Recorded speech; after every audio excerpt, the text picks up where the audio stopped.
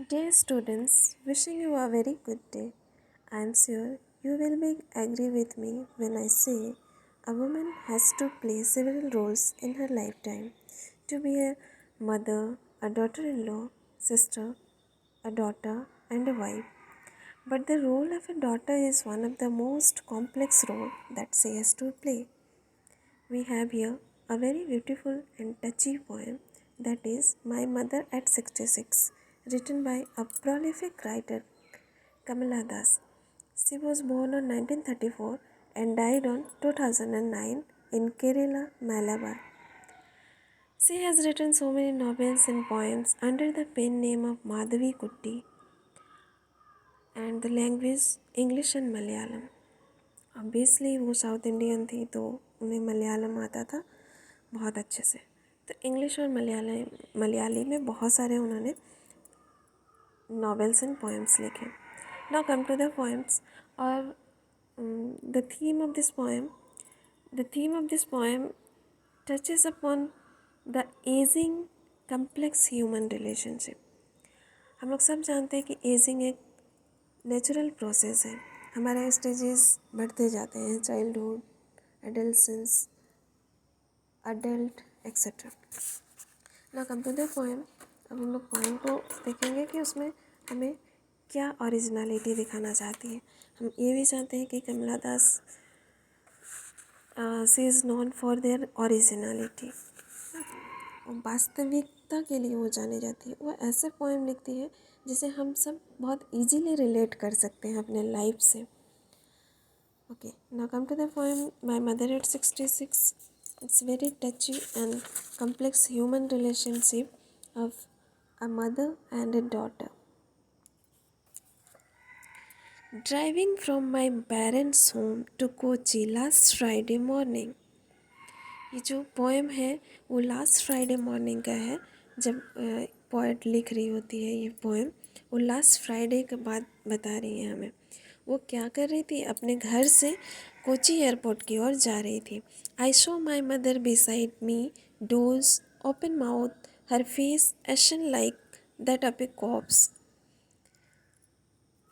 साथ में बिसाइड्स मतलब उसके बगल में निकट में उसकी मम्मी बैठी हुई थी। और वो कैसा, जब उसकी मम्मी की ओर देखती है तो कैसे देखती है, वो डोज कर रहती है, मतलब स्लीप लाइटली, थोड़ा थोड़ा उसको नींद आ रहा होता है, मुंह खुलता है, उसका जो फेस है वो पीला पड़ गया होता है, जस्ट लाइक अ कॉर्प्स, मतलब डेड बॉडी की तरह उसका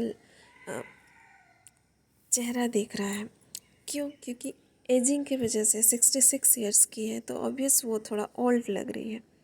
and realize with pain that she was as old as she looked, but soon put that thought away and looked out at young trees sprinting, the merry children spilling out of their homes.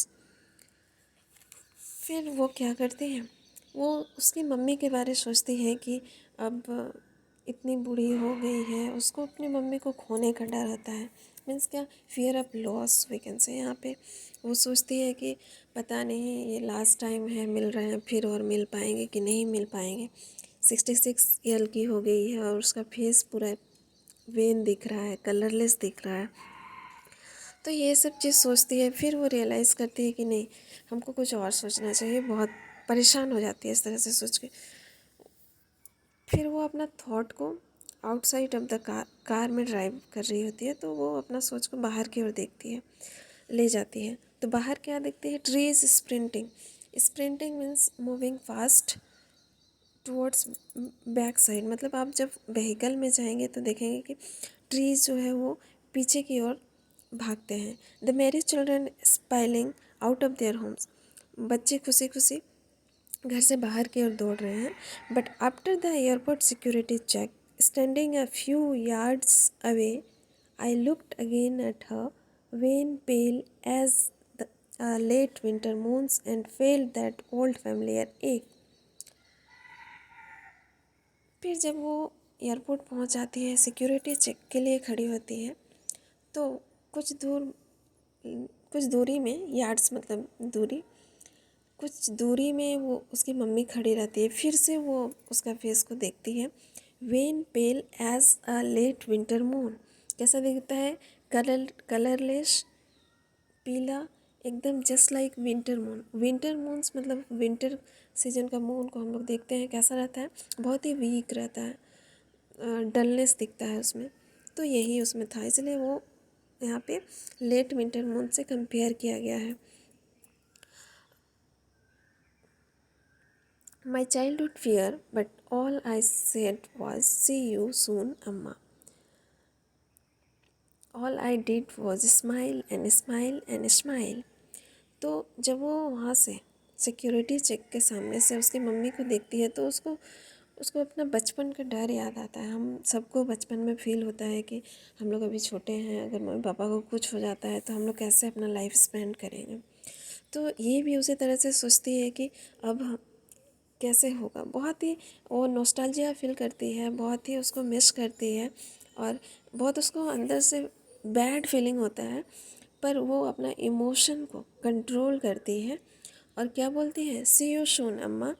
वो अपना दर्द को छुपाए हुए वो smile करती है उसकी मम्मी को दिखाने के लिए कि हम खुश हैं, और वो सी यू सून अम्मा बोल के वो स्माइल करती है और उसको अलविदा करती है।